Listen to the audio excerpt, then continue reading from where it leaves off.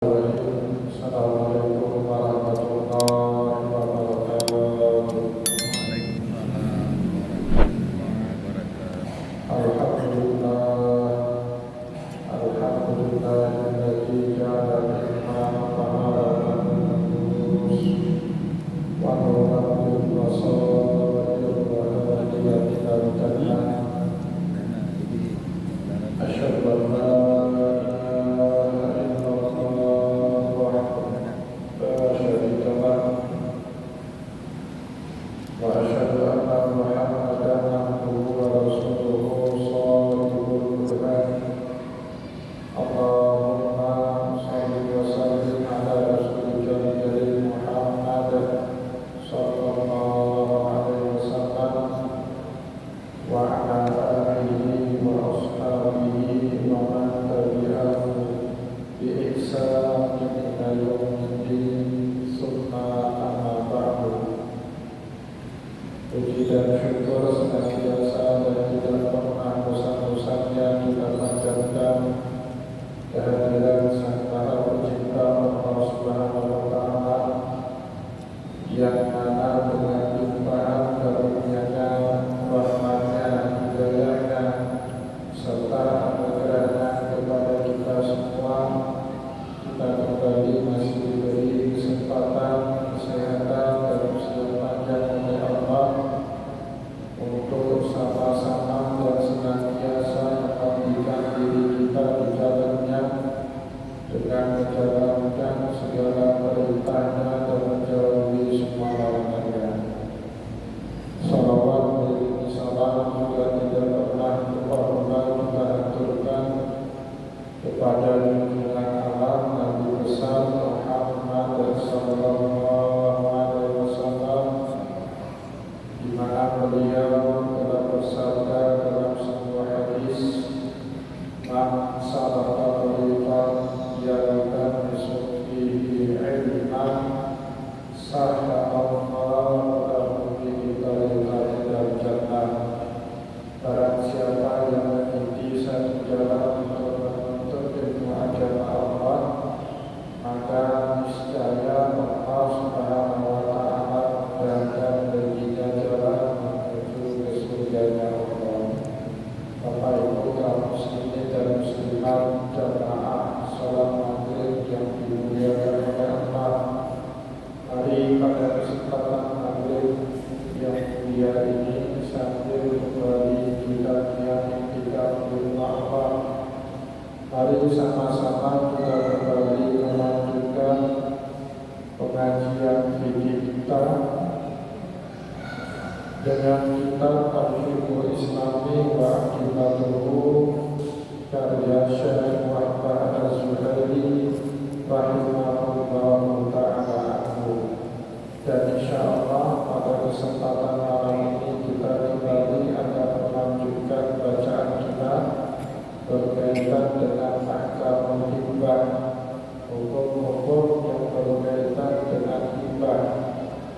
Pada pertemuan yang lalu kita sudah membahas syarat hibah yang berkaitan dengan al-wahid.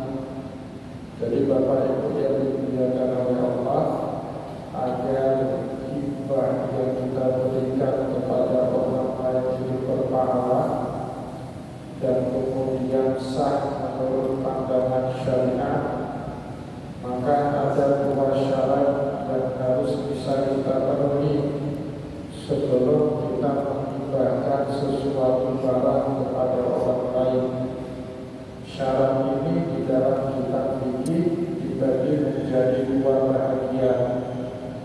Yang pertama ada syarat yang berkaitan dengan al-wahid atau syurutul wahid, syarat-syarat yang berkaitan dengan siapa yang boleh menghibahkan harta ataupun barang kepada orang lain. Pada pertemuan yang lalu kita sudah membahas siapa saja di dalam syariat yang boleh menghibahkan harta benda yang ia miliki. Bapak Ibu yang dimuliakan oleh Allah, sedikit kita mengulang apa yang sudah kita sampaikan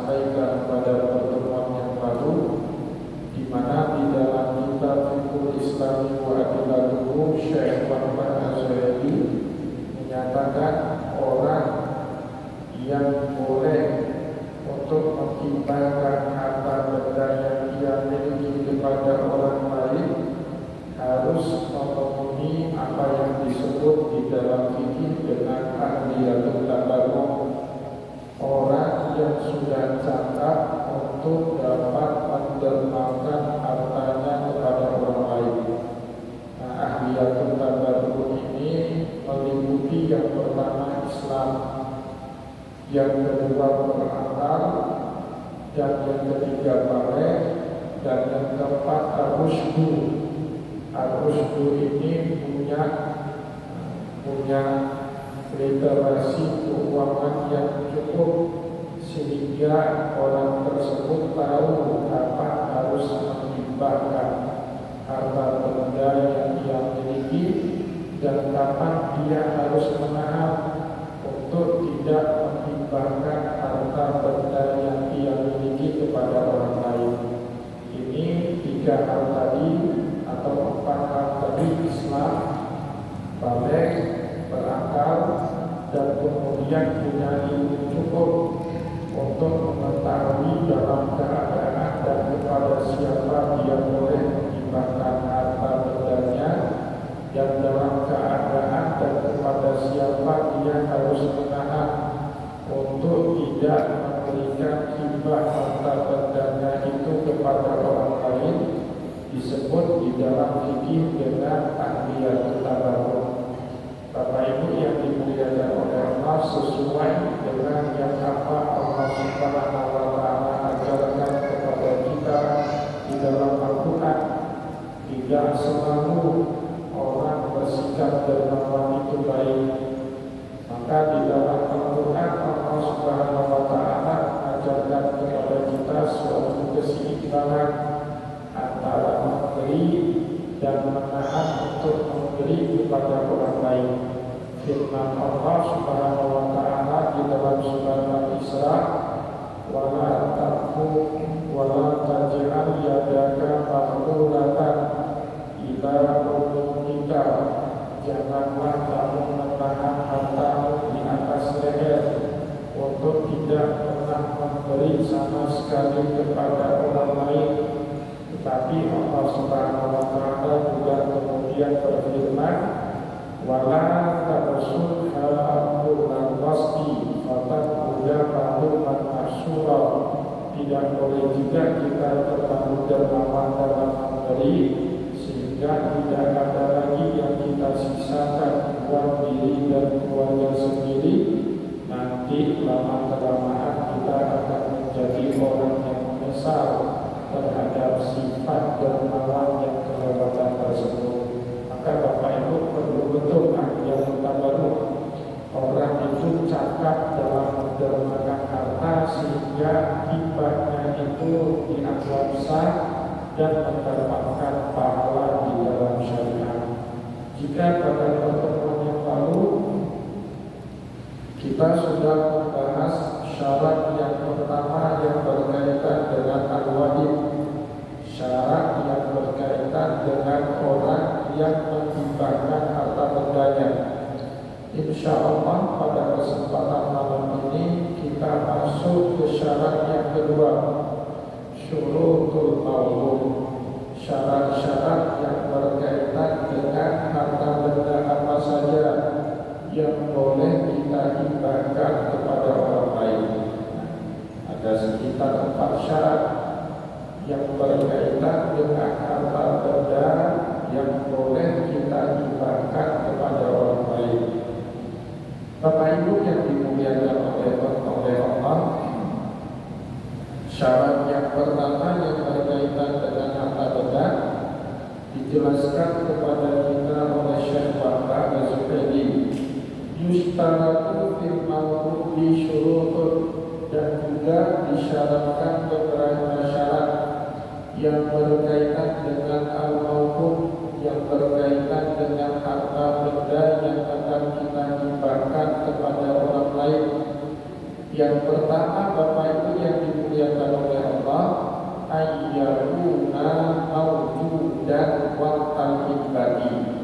Harta benda yang akan kita hibahkan tersebut kepada orang lain ada. di bawah kekuasaan dan penguasaan kita pada saat kita ingin menghibahkan harta benda tersebut kepada orang lain. Jadi benar-benar ada wujud harta bendanya itu tidak sedang di bawah penguasaan orang lain. Nah, ini syarat yang pertama.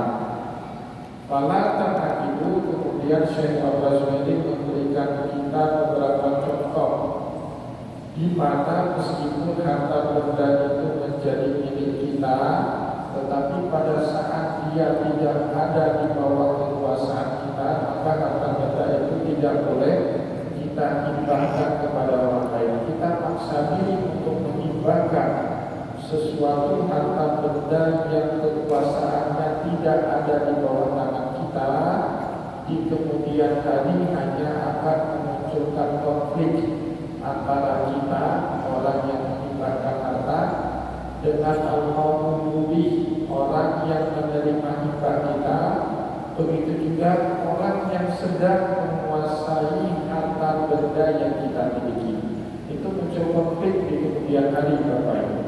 Kalau kita maksa diri untuk tetap menghibahkan harta, meskipun harta itu milik kita, tetapi kekuasaannya, pengawasannya tidak sedang berada di tangan kita, pasti akan memunculkan konflik di kemudian hari. Ya, di sini diberikan contoh kepada kita oleh Syekh Al-Ghazwini, fala tanaqib hibbatul ma laisa bimawjudin waqtal abdi. Maka Bapak Ibu, tidak sah di dalam syariat setiap hibah yang dilakukan oleh seorang wahid, oleh penghibah, di waktu hibahnya alaisa dimawjudin, harta benda itu sendiri tidak wujud di dalam kekuasaan dirinya.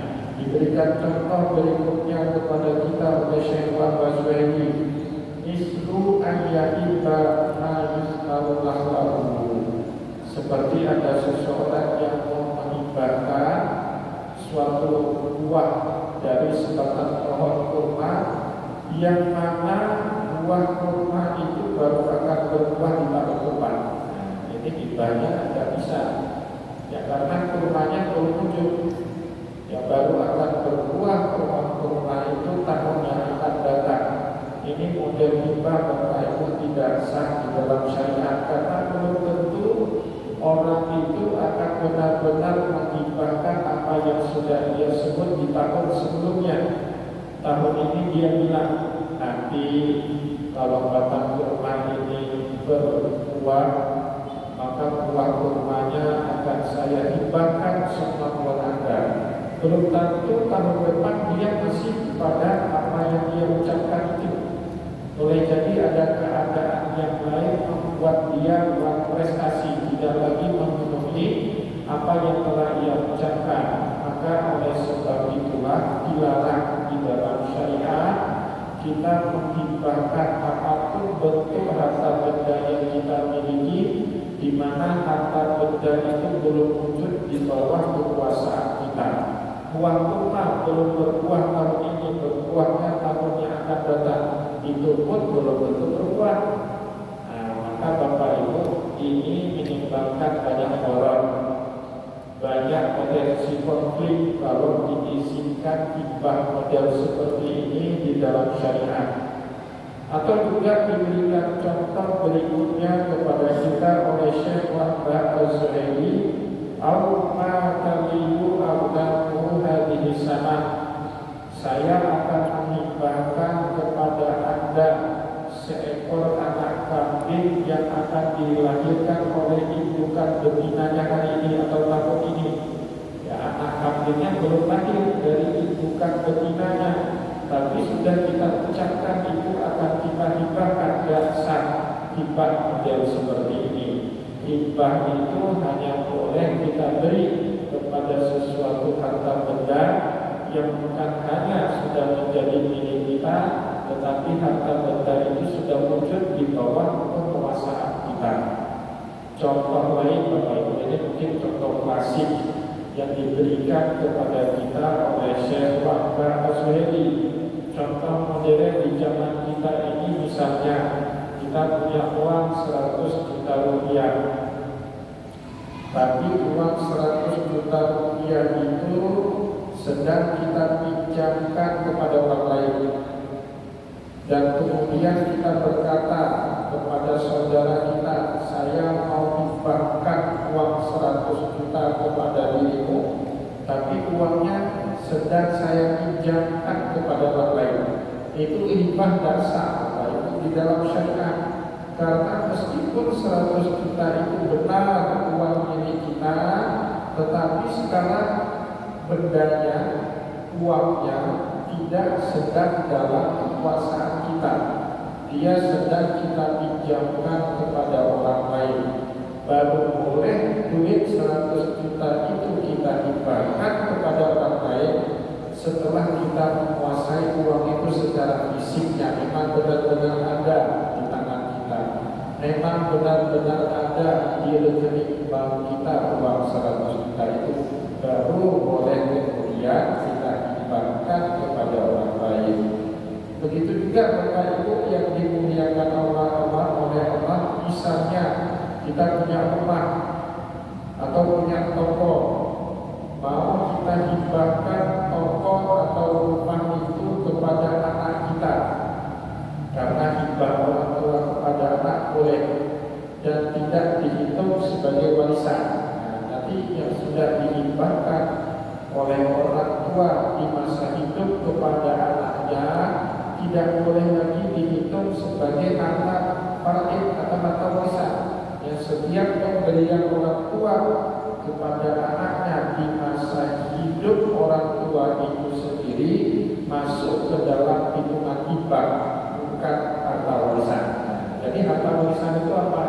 Harta tinggal yang dimiliki oleh orang tua kita setelah dia mati, itu yang dimaksud dengan harta warisan.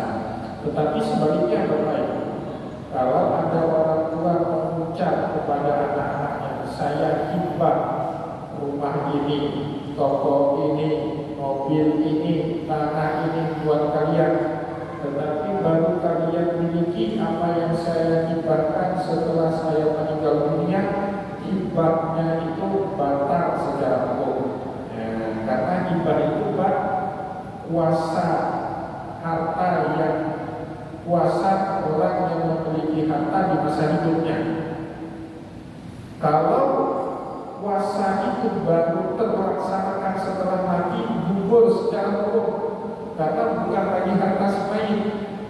Semua harta pada saat seorang manusia mati itu bukan lagi harta semain, tapi harta siapa? Harta ahli waris daripada semain. Nah, maka Bapak Ibu, kalau ada rencana mau hibah harta, jangan gantung saat saya mati baru boleh harta hibah ini berlaku. Jangan, itu batal secara hukum syariat, karena itu sudah menjadi ahli waris. Apa yang sudah dibagi sama orang tua tapi belum diserahkan pembagiannya, tiba-tiba orang tuanya mati, maka ahli waris sudah sepakat dengan hibah yang telah dilakukan oleh orang tua di masa hidup, batal hibah itu menurut hukum syariat. Begitu juga wakaf, Bapak Ibu. Ini sering sekali banyak masyarakat bertanya kepada saya, Pak Ustaz, ayah saya pernah di masa hidupnya wasiatkan wakaf kepada kami. Makna wasiat wakaf apa? Wasiat itu diminta untuk dilaksanakan kalau dia sudah mati. Saat dia sudah mati, Pak, wakafnya belum dilaksanakan, batal secara hukum wakaf itu. Kenapa? Harta itu bukan lagi miliknya wakaf, tetapi sudah menjadi miliknya ahli waris. Ahli waris boleh membatalkan wasiat wakaf orang tuanya. Jadi Bapak Ibu, kalau mau wakaf harta sekarang saat masih hidup, syukur-syukur Bapak Ibu ini punya anak yang taat beragama. Saya sama ayah, saya sama ibunya, atas inisiatif dia sendiri. Nah, udahlah, bapak kita banyak harta, sudah satu petak tanah ini kita wakafkan. Itu Bapak Ibu syukur, itu sedekah anak yang mau mewakafkan harta itu atas nama orang tuanya.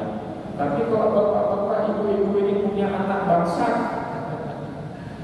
jangankan harta yang sudah diwasiatkan wakaf, harta warisan aja belum, kita yang repot di alam barzakh. Maka jangan gantung niat baik untuk mewakafkan harta benda itu nanti saat kita mati. Karena itu bukan lagi hak kita, Pak, itu sudah menjadi hak ahli waris.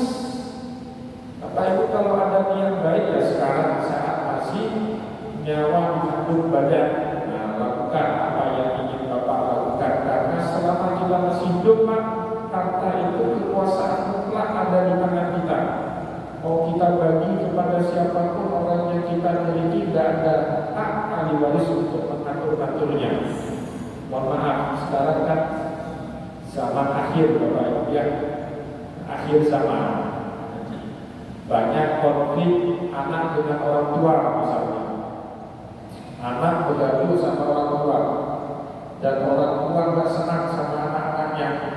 Dulu mungkin nggak pernah kita dengar seperti itu, tapi jelas sekarang terjadi Bapak Ibu. Ini tanda akhir zaman. Akhirnya orang tua karena marah dengan anak-anaknya, dia buat surat hibah, menghibahkan seluruh harta bendanya, rumah sakitnya, sekolahnya, kampusnya kepada orang lain, bukan anaknya. Boleh kan?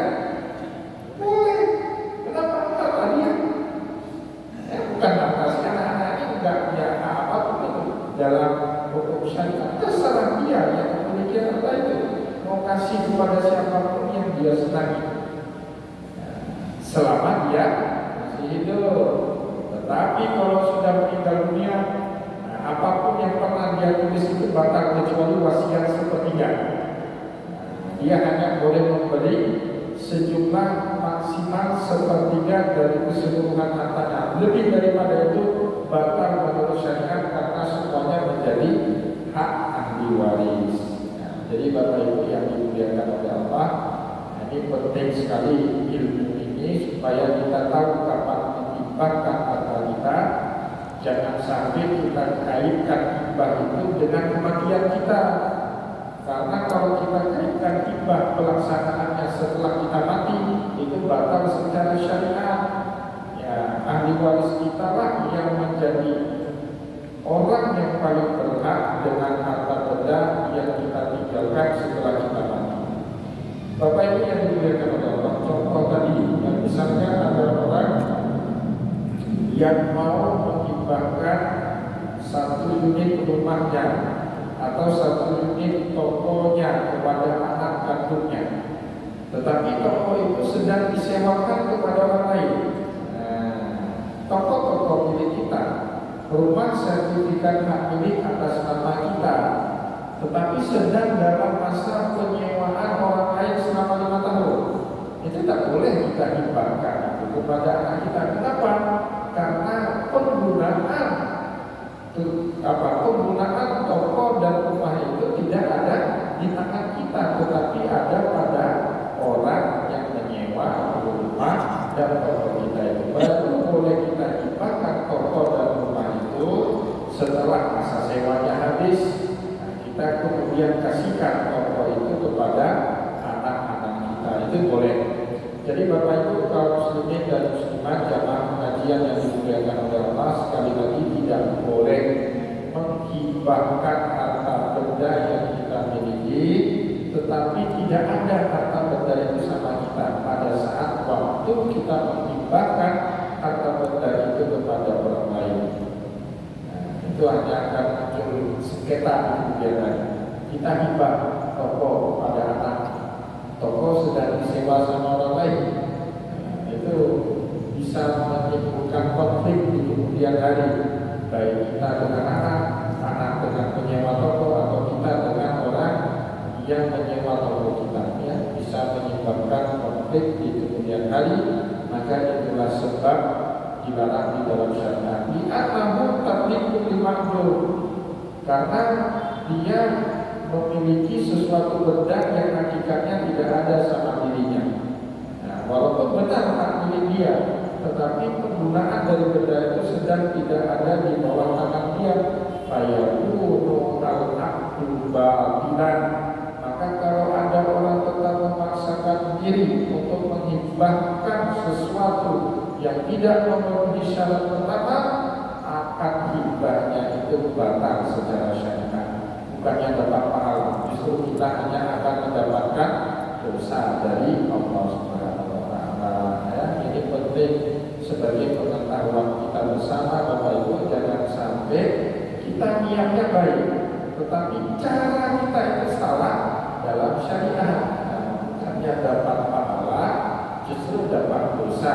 Ya, jadi yang baik itu juga harus dilakukan dengan ilmu yang benar, yang sesuai dengan perintah Allah dan Rasulullah Sallallahu Alaihi Wasallam. Itu syarat yang pertama, Bapak Ibu yang dimuliakan oleh Allah. Syarat yang kedua berkaitan dengan harta apa saja yang boleh kita hibahkan, ayyakuna malan mutaqawwiman. Yang boleh kita hibahkan kepada orang lain itu adalah benda yang punya nilai ekonomis, benda yang punya nilai jual, benda yang memang punya harga, bukan benda yang tidak punya harga atau nilai sama sekali. Bapak Ibu mau menghibahkan baju yang tidak layak pakai, itu bukan hibah, penghinaan namanya. Kan hibah, kita saja tak pakai lagi baju itu. Beda dengan baju bekas tapi layak pakai, itu beda. Ya, karena ada orang Pak beli baju branding, baju apa namanya ya, baju merek itu kita pakai 5 tahun pun nggak mudah Pak, kecuali baju murahan. Baju 100-200 ribu 1 tahun kita pakai, warnanya mudah, kancingnya nggak copot, bajunya koyak, itu kan baju murahan. Tapi kalau baju-baju mahal itu yang harganya jutaan itu Pak, dipakai 2-3 tahun itu nggak mudah, dia nggak koyak. Nah, ini baru 1 tahun kita pakai, masih sangat layak kita pakai, kemudian kita hibahkan kepada orang lain, boleh, masih punya harga itu baju. Nah, ini maksud di sini benda yang tidak ada nilainya. Jangankan orang lain, kita tidak boleh pakai, kita buang itu. Nah, itu tidak boleh kita hibahkan kepada orang lain. Peci sudah kuning Pak, peci bulunya ini sudah kuning. Kalau cium Pak, jangan kita ikan lele aja mati Pak kalau cium. Kita hibahkan orang lain peci sudah jangan, nggak boleh. Nah, jadi lihat benda apa yang mau kita hibahkan sama orang lain.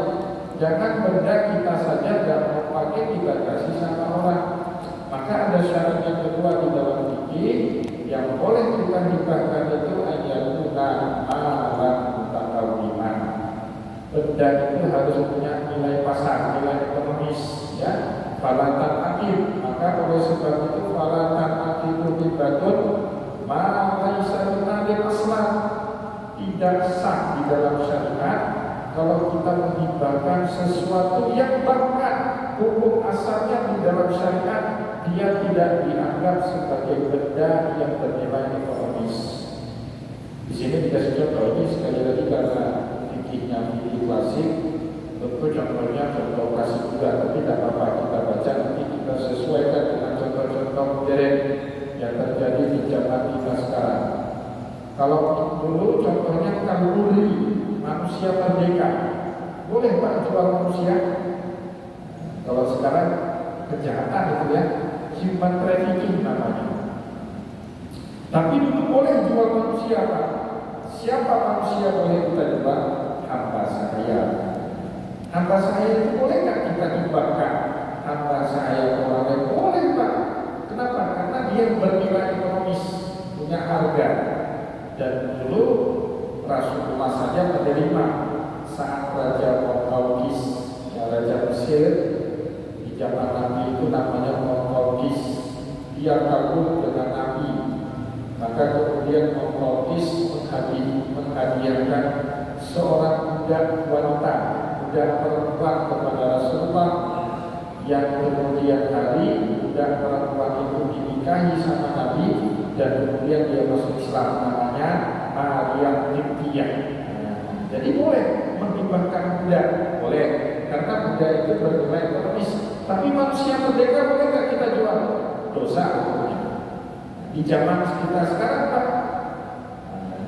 jangankan manusia merdeka, budak-budak boleh lagi kita perjualbelikan. Kenapa? Sudah dihapus sistem perbudakan itu di dalam dunia modern. Saya baca dalam buku sejarah Pak, sampai tahun 1965 di Arab Saudi itu masih ada perbudakan. 1965 itu baru tahun-tahun awal booming minyak di Arab Saudi. Jadi sebelum tahun 1965 itu Arab Saudi bagi-bagi keluarga negara, bagi-bagi keluarga negaraan, bagi-bagi paspor Pak. Tidak ada orang yang mau tinggal di Arab Saudi di zaman itu. Kalau sekarang berubah menjadi warga negara Arab Saudi, ya di zaman itu Arab Saudi miskin. Orang-orang kaya Arab Saudi itu bukan kaya karena punya ladang minyak, sumur minyak, bukan, tapi punya banyak budak. Tahun 1965 Raja Faisal itu abangnya Raja Fahad, anaknya Raja Abdul Aziz.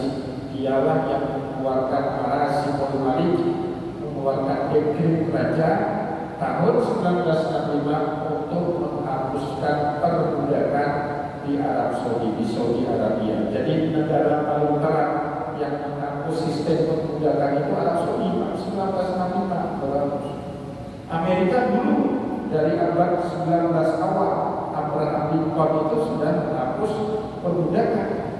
Amerika lebih cepat, Arab Saudi belakangan. Nah, maka jangan heran sampai sekarang itu masih ada orang Arab Saudi menganggap ART itu asisten rumah tangga itu sebagai budak. Karena baru-baru belakangan di Arab Saudi itu dihapus perbudakan. Ya. Nah, jadi itu bukan lagi harta di zaman kita sekarang. Maka nggak boleh menghadiahkan manusia kepada orang lain. Kenapa? Itu bukan harta, manusia tidak untuk diperjualbelikan. Bahkan kalau kita lakukan itu di zaman sekarang, namanya human trafficking, salah satu perbuatan jahat, ya, perbuatan kriminal. Wal tadi ataupun bangkai tidak boleh diperjualbelikan. Bapak itu punya ternak ayam, ayamnya mati, kemudian dijual ke restoran dengan harga murah, dosa dunia akhirat. Kalau di Jawa disebut ayam tiren, ayam mati kemarin, itu dosa. Kenapa? Ayam itu bukan lagi harta benda yang boleh ditasarufkan, ditransaksikan apapun bentuknya, mau hibah, mau jual beli, tidak boleh lagi. Sesuatu yang sudah menjadi bangkai al-maitah, tidak boleh kita menghibahkan kepada orang lain. Ayam yang sudah menjadi bangkai, sebagaimana tidak boleh kita jual ayam yang sudah menjadi bangkai kepada orang lain. Tapi kalau ayamnya hidup, boleh nggak kita hadiahkan orang? Boleh kan? Ya, Bapak itu punya ayam. Ya, saya baru tahu juga ada saudara saya itu hobi pelihara ayam. Kemarin hari raya saya main silaturahim alhamdulillah ke rumah beliau. Ada seekor ayam harganya 15 juta rupiah. Nah, selama ini apa ini? Padahal ayamnya cebol, kakinya pendek, tapi harganya 15 juta rupiah. Itu pun dia nggak jual, Pak. Ada beli. Apa hebatnya ayam ini? Emang rasa dagingnya apa? Katanya bukan untuk dimakan. Lah, terus saya buat apa? Nah, ini di zaman sekarang ini Pak, ada ayam koleksi ya, gitu ya. Ayam hias itu harganya masya Allah, semakin itu harganya. Itu boleh dihadiahkan karena memang bernilai ekonomis. Tapi bangkai tidak boleh dihadiahkan ya. Maka Bapak Ibu yang dimuliakan oleh Allah, benda yang berharga itu, ya, kalau saya amati ternyata berubah-ubah dari satu masa ke masa berikutnya, berubah-ubah. Ya, kalau sekarang Bapak Ibu ada yang menghadiahkan batu giok kepada Bapak Ibu, ya kita terima. Tapi nilai ekonomisnya kan tidak setinggi 10 tahun yang lalu Bapak Ibu, atau 7 tahun yang lalu. Kalau 7 tahun yang lalu, waduh, bisa puluhan, bahkan ada yang ratusan juta. Tapi kalau sekarang, atau uang kertas, sekarang kan pakai sistem namanya fiat money. Bapak Ibu kalau ada yang kasih batu biok dengan uang kertas 100.000 rupiah setebal ini, Bapak Ibu pilih mana? Jadi batu biok atau uang kertas setebal ini? Pasti uang kertas setebal ini kan, 100.000 rupiah itu apa? Kira-kira kalau setebal ini ada 30 juta. Pasti milih itu kan? Tapi uang kertas itu Pak di zaman Nabi nggak laku. Ya, ada yang mau orang jual beli dengan uang kertas itu, percaya dengan fiat money. Kan di zaman sekarang saja Pak, orang pakai fiat money, uang kertas, karena dijamin sama negara. Itu bernilai ekonomis, walaupun tidak bernilai ekonomis. Tipu-tipunya kita tiap tahun melemah terus duitnya. Emas sudah 6 juta. Maka Bapak Ibu jangan banyak simpan duit kertas itu. Ya, simpannya dalam bentuk baik. Saya pernah ada satu jamaah kita kolektor beliau kolektor benda-benda antik, benda-benda bersejarah. Kita itu dikoleksi sama beliau. Kita itu di mana ada kitab-kitab 200 tahun yang lalu, 300, itu bilang saja sama beliau pasti dibeli. Benda-benda pusaka keris, kerencong 300 tahun itu dibeli sama dia. Saya bilang sama beliau, satu hari saya diajak ke main ke rumah beliau, dia koleksi barang antik, ada kitab, ada senjata lewang, rencong, macam gitu ya. Ada batu cincin dari zaman-zaman dahulu, ada koin di masa kerajaan Aceh. Pak, ini nggak mahal mobil seperti ini. Mahal Pak Ustaz. Terus buat apa Bapak simpan yang ini? Daripada saya simpan di bank, ini bagus saya simpan dari bentuk ini. Ini Pak Ustaz, ya dia kasih nama rencong. Rencong lewat dari Raja Temerhum Dayak. Kata dia, lewat itu dia beli 50 juta rupiah, usianya 270 tahun. Waktu lewat ini dibuat, itu disembeli 100 ekor kerbau, karena orang-orang selatan itu mainnya kerbau bukan sapi. Sekarang Pak Ustaz, ini ada yang mau beli 250 juta, nggak saya lepas. Ternyata bagi orang bisnis Pak, koleksi barang antik itu investasi. Lebih bagus dia nyimpan hartanya dalam benda antik karena harganya terus naik daripada dia nyimpan di bank. Saya dapat ilmu baru juga. Oh gitu, ternyata ini investasi. Jadi cara investasinya macam-macam. Kita pikirkan investasi itu beli emas, beli tanah, beli sawah, beli rumah. Kita awam ilmu ekonomi kan itu yang kita pikir. Investasi itu beli tanah, beli emas, beli apa, beli rumah, properti. Ternyata bagi orang bisnismen Pak, investasi itu juga bisa ke benda-benda antik.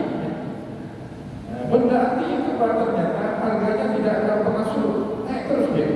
Beliau beli lewang itu 50 juta rupiah karena ahli waris lewang itu Pak butuhkan duit. Dia jual lewang itu. Pertama 80 juta, tawar karena sudah terdesak untuk kali duit, dilepas 50 juta rupiah, beliau ambil. Sekarang ada orang yang tawar 250 juta rupiah, dan beliau jual. Terus saya tanya, kapan Bapak jual ini lewat? Kalau ada yang tawar 2 miliar. Oh iya, ini untung besar ini. Memang kita harus banyak berkawan dengan pengusaha supaya ikut kecipratan kayanya. Jadi cara mikirnya pengusaha beda dengan cara mikirnya kita orang awam ya. Itu maknanya apa? Nah, jadi harta itu berbeda-beda penghargaan manusia dari satu zaman dengan zaman yang baik ya. Mungkin lewang itu biasa saja 200 tahun yang lalu, tapi di zaman kita sekarang harganya naik. Ya, makin lama barang-barang antik itu makin mahal harganya itu ya. Ya, maka yang seperti itu, yang punya nilai ekonomis itu yang boleh dihibahkan kepada orang lain. Alhamdulillah karena saya datang hari itu, beliau hibah sama saya. Tapi gak dihibah lewat cincin, gak, karena saya tentu dihibah kitab. Alhamdulillah ya.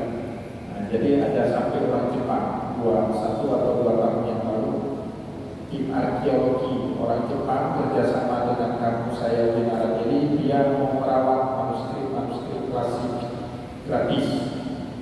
Jadi ada dosen di Narajeli, Pak Herman namanya, ahli manuskrip.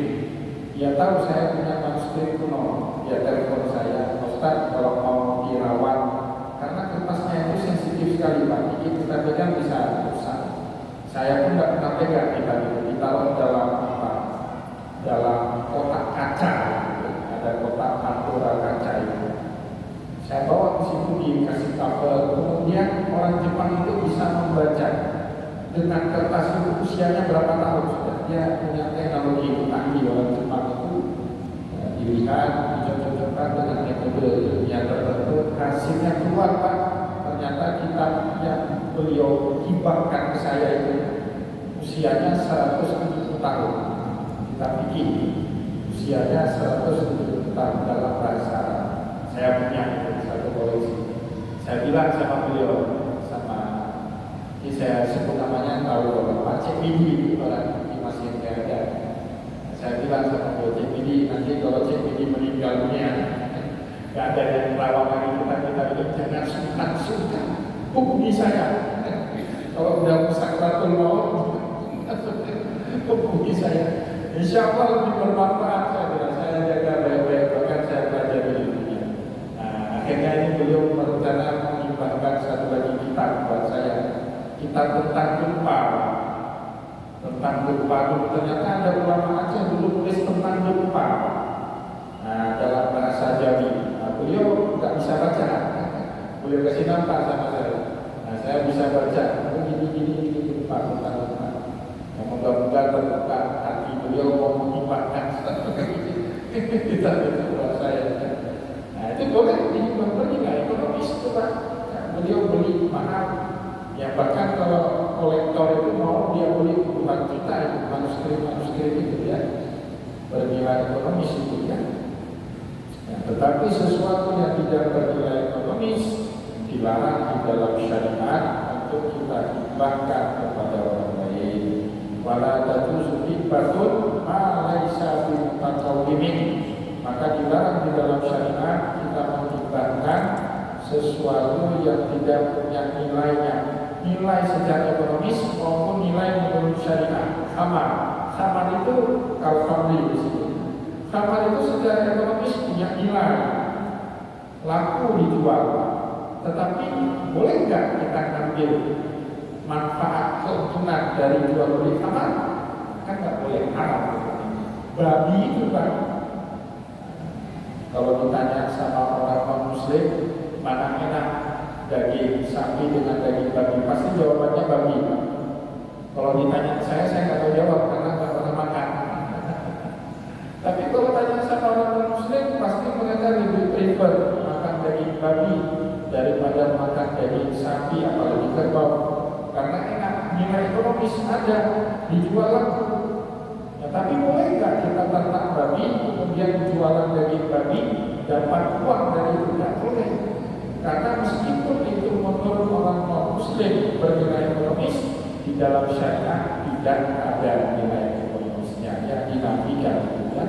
Bapak itu punya usaha malam, tempat prostitusi, bernilai ekonomis, hidup, industri lendir itu kan hidup. Bahkan kalau di daerah tertentu ada apa itu, sentralisasi apa itu, pusat prostitusi, lokalisasi. Kalau dulu di Surabaya itu ada Gangdoli, tempat lokalisasi. Boleh nggak kita cari duit dengan jadi germo pelihara PSK? Kita boleh, walaupun itu bernilai ekonomis, tapi syariat menganggap itu bukan bagian daripada kata yang dibenarkan oleh Allah dan Rasulullah SAW. Jadi pada malam ini kita sudah bahas dua syarat ya, untuk boleh kita menghibahkan harta. Yang pertama, harta itu harus ada berada di bawah kekuasaan kita. Yang kedua, harta itu harus punya nilai ekonomisnya menurut ilmu ekonomi dan menurut hukum halal dan haram di dalam syariat. Insyaallah akan kita lanjutkan kembali bacaan kita pada pertemuan yang akan datang. Saya mohon maaf jika ada yang tidak berkenan. Wallahu a'lam. Wa nasrul minallah wa Wassalamualaikum warahmatullahi